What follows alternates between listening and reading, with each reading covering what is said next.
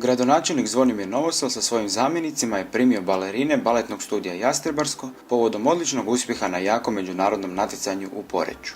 Pa evo, otišli smo na to natjecanje ne nadajući se tako dobrim rezultatima, ali stvarno konkurencija isto je bila velika i vrlo kvalitetna, te smo se pribojavali kako ćemo proći. No, očito smo dovoljno dobre. Također smo naučili nešto novo na seminarima i želimo i da čekamo da opet nekamo idemo i da se opet zabavimo. U konkurenciji od 5000 plesača iz 16 država, naše su balerine osvojile prvo mjesto za koreografiju Ljubav se ne trži i treće mjesto za koreografiju Orašar. Mogu biti veoma ponosna na ovu generaciju koja je došla iza jedne zlatne generacije i sretna sam da su probile taj led i da smo pokazale da vrijedimo. Iskrena da budem, nisam očekivala ovakve rezultate.